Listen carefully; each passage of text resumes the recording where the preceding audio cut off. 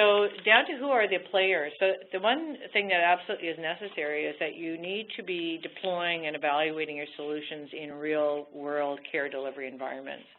So whether that's schools and universities for the youth and mental health, or it's academic health centers, or community centers, or regional health authorities, whatever your choice is, which is appropriate for evaluating your solutions, is it needs to be in the real-world environment, and these kinds of solutions need to be bolted into the backbone of how care is delivered in that environment. So many environments are appropriate, and you can just take a list there. It's really up to the applicant to justify that this is the appropriate environment to evaluate the solutions they're bringing forward. In addition, in that environment, you need to identify who the scientific lead is. This person needs to be an independent researcher.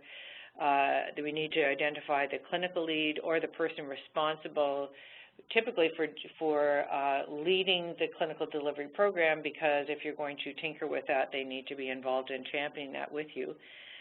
You need to identify the decision maker in that environment, because they'll need to sign off saying indeed that they welcome and in fact support the integration of new solutions into their setting, and most importantly, that particular environment needs to have a very strong mechanism of engaging patients, families, caregivers, and health professionals, meaning the end users of these solutions, because if they don't use it, then in fact no improvements can be possible.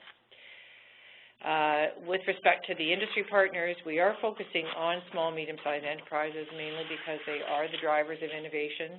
That does not mean that other larger businesses are not welcome, and in fact both would be interesting to include as partners in proposed solutions.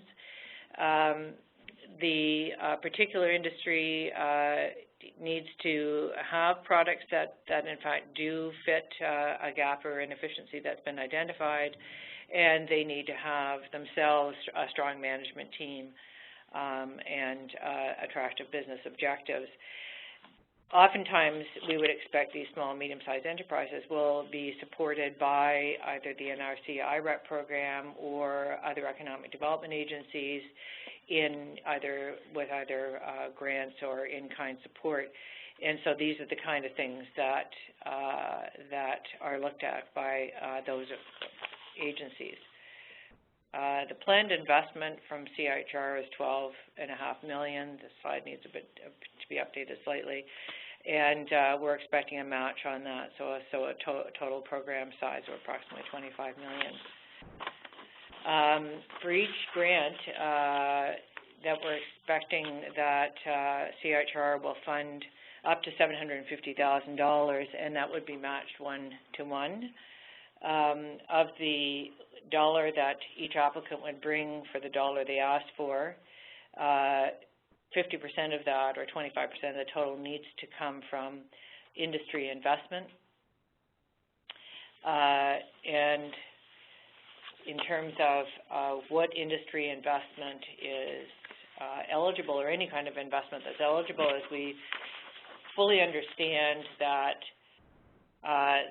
in fact there is investments that are often made by the economic development agencies in moving new technologies from technology readiness levels 1 through to 6, and that we wanted to be able to value those investments that Canada or the provinces are making.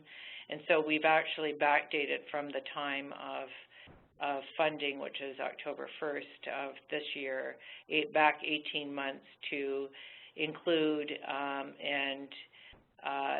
the investment that's already been made through industry funds for industry. And in terms of what's eligible in that 18 months is, of course, cash, any kind of development cost investment, contributions from independent support programs such as NRC IRAP or OCE, or any of the venture capital programs that have been potentially investing in the industry, reduction in the price of platform, implementation costs. You can see there's a wide range of potential cash equivalents that are being recognized as part of the 1-to-1 match.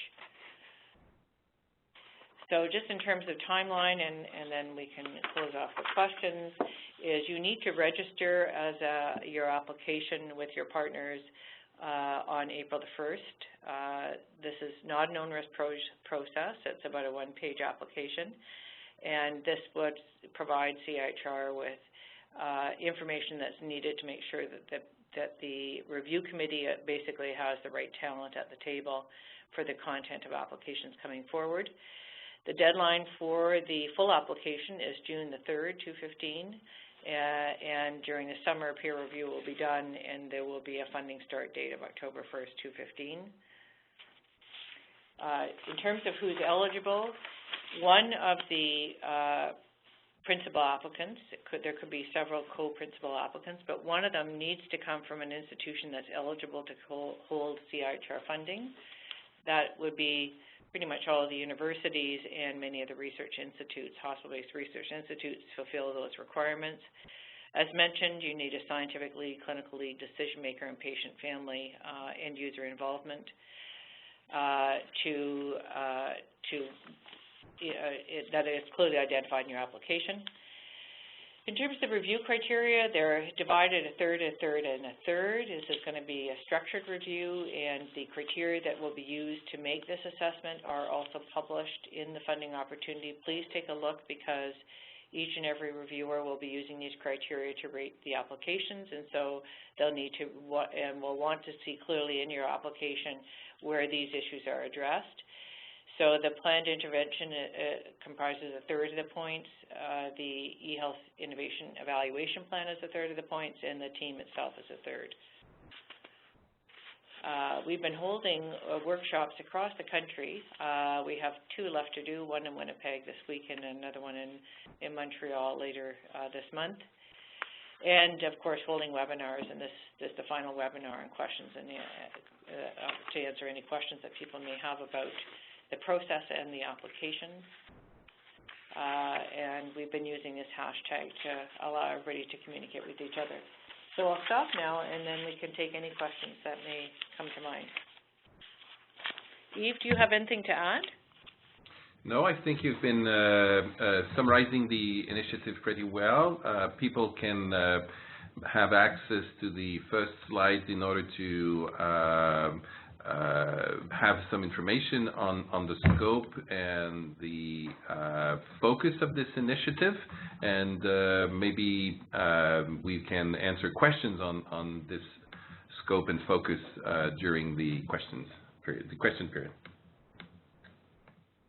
Thanks so much, Eve. So again, everyone on the line, if you would please direct your questions through the chat box on the bottom right-hand corner of your screen, and just send those to all participants. So I see we have a first question from Leon Mintz, and that is, must be affiliated with the CIHR eligible institution. So what should be the nature of affiliation? Is a university grad student considered to be affiliated with the university? Okay, I can take a venture out. So you need to be able to be an independent scientist. So a graduate student wouldn't be considered an independent scientist. You need to have an appointment at that university that would allow you to hold funds at that university. So although sometimes grad students through summer funds can, this would not be one of them. Okay, next question related to that first one. How can a scientific lead be at the same time nominated principal applicant and independent researcher? I'm not sure I understand that question completely. So a nominated principal applicant is just a term that's used by CIHR to sort of say who is the lead on this application. You can have only one lead on an application, or you can have multiple co-principal applicants. It's not required, but it would be typical that nominated principal applicant may be the scientific lead for the application. It isn't. There's no rule about that, but it would be that would be common. That would be the case. Perhaps I'm not understanding the question completely. You know, Yves Joannette speaking. I think the question is about some confusion between the concept of independent researcher, which refers to scientists eligible to receive funding from CIHR, and the role in this potential application. And I think you've been describing very well, Robin, that the nominated principal applicant is simply the term for the main person among the group of researchers, independent researchers, that is referred to as the lead. So I think these are two things which are terms that exist and enrich our Canadian and CIHR complexity about all the terms used, but I hope this has been useful. Thanks, Steve. The next question is, can you provide more information about what you mean by healthcare innovation communities? So we've used that term to describe a setting in which actual care is being delivered. Now, this could be university campus that actually is providing services to students, including counseling services for mental health problems. It could be an academic health center, which sees often seniors with complex needs, maybe in and out of their hospital environment, and wants to provide stronger support and linkages to allow those people to live independently in the community.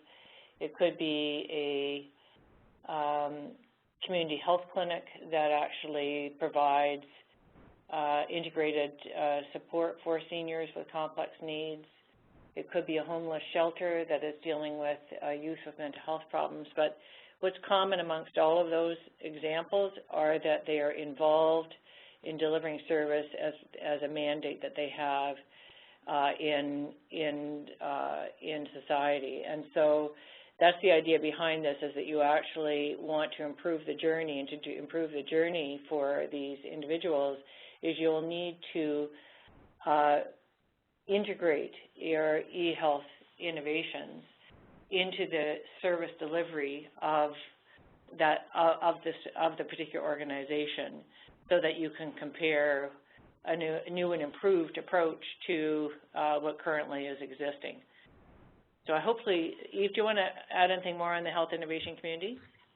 Yeah, well, I think you've been describing it. I think that the principle behind why we're referring to healthcare innovation communities is the basic principle that research on its own, occurring in a research environment and limited to the research environment, will not have the ability to really have an impact on the kind of health delivery that can occur.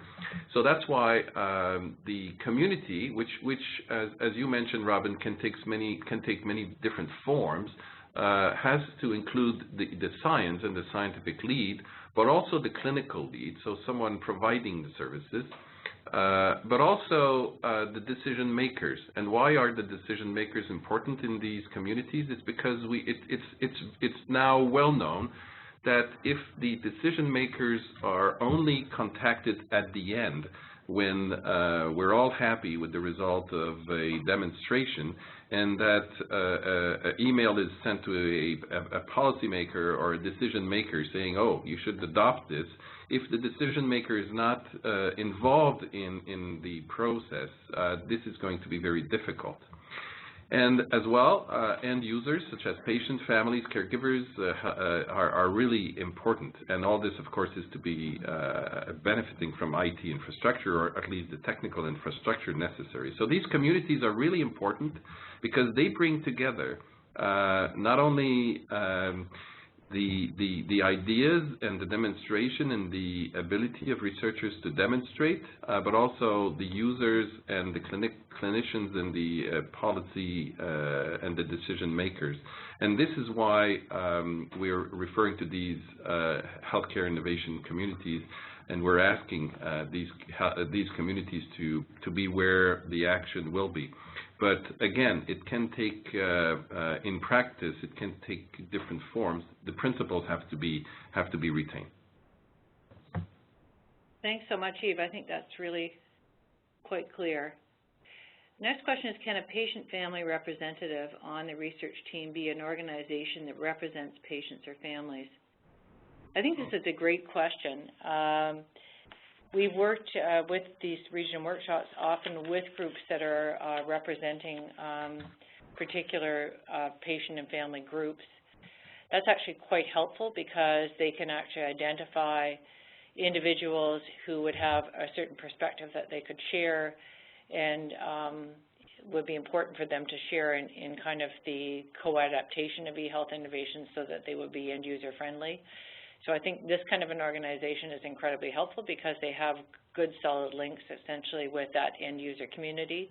In particular, that end-user community is quite vulnerable. I think this kind of a group would be very valuable to have. So I think the answer is yes. You'd have to make sure that it's not that they would be involved as a conduit for engaging the end users in the kind of assessment and co-adaptation of eHealth solutions to things that would make a difference for them. The next question is, can an external partner contributor be located outside of Canada?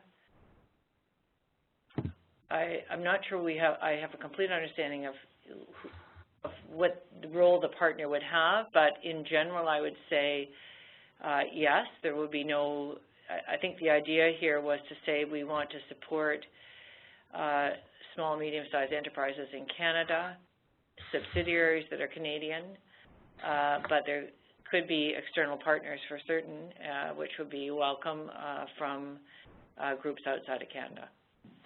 I would like to add that in those cases, as it usually is the case, the rationale and the arguments in order to have such kind of partnership outside Canada should be provided.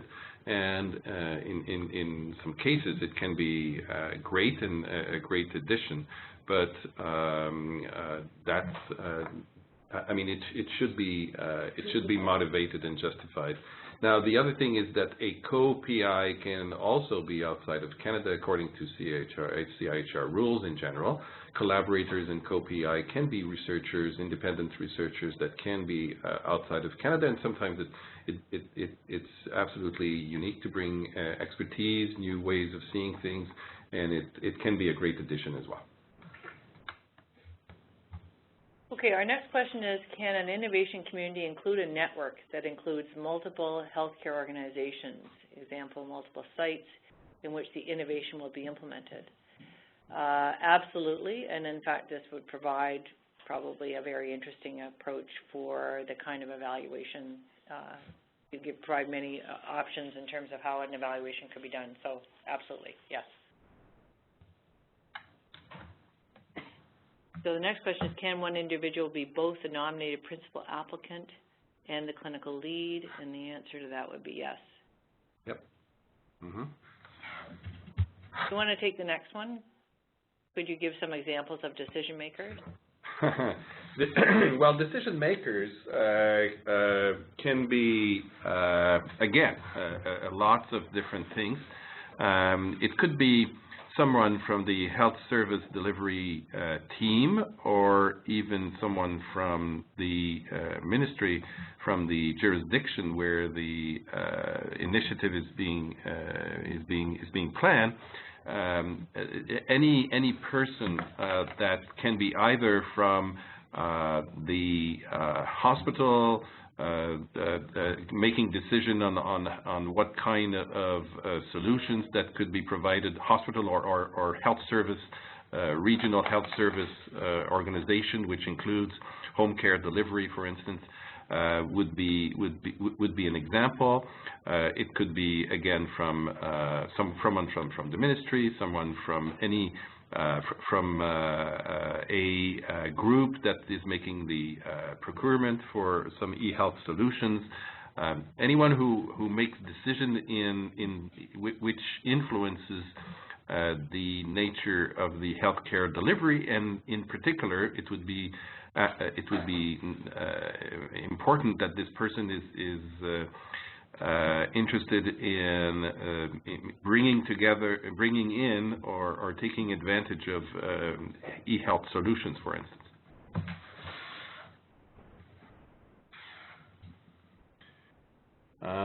I don't see any other question on my list or what I see on the screen here. Is there any other? I don't think so. Yeah, so this has been great, Yves. So again, we would just welcome everyone to send in your questions and comments, just so that as we have the opportunity for Dr. Tamblin and Dr. Joannette to comment, we can make sure that we address any concerns ahead of the approaching registration deadline. I want to thank everybody very much for your interest, and we'll look forward to seeing your applications. Thanks very much, Yves, and Hawa. Thanks, everyone, for having joined this morning, and hope you'll be motivated by this exchange. Thank you. Thank you. And again, everyone, just our contact information at the end. If you need to contact any of us from CIHR, we'd be more than happy to help you as you go through this process. Thanks again, and have a great day.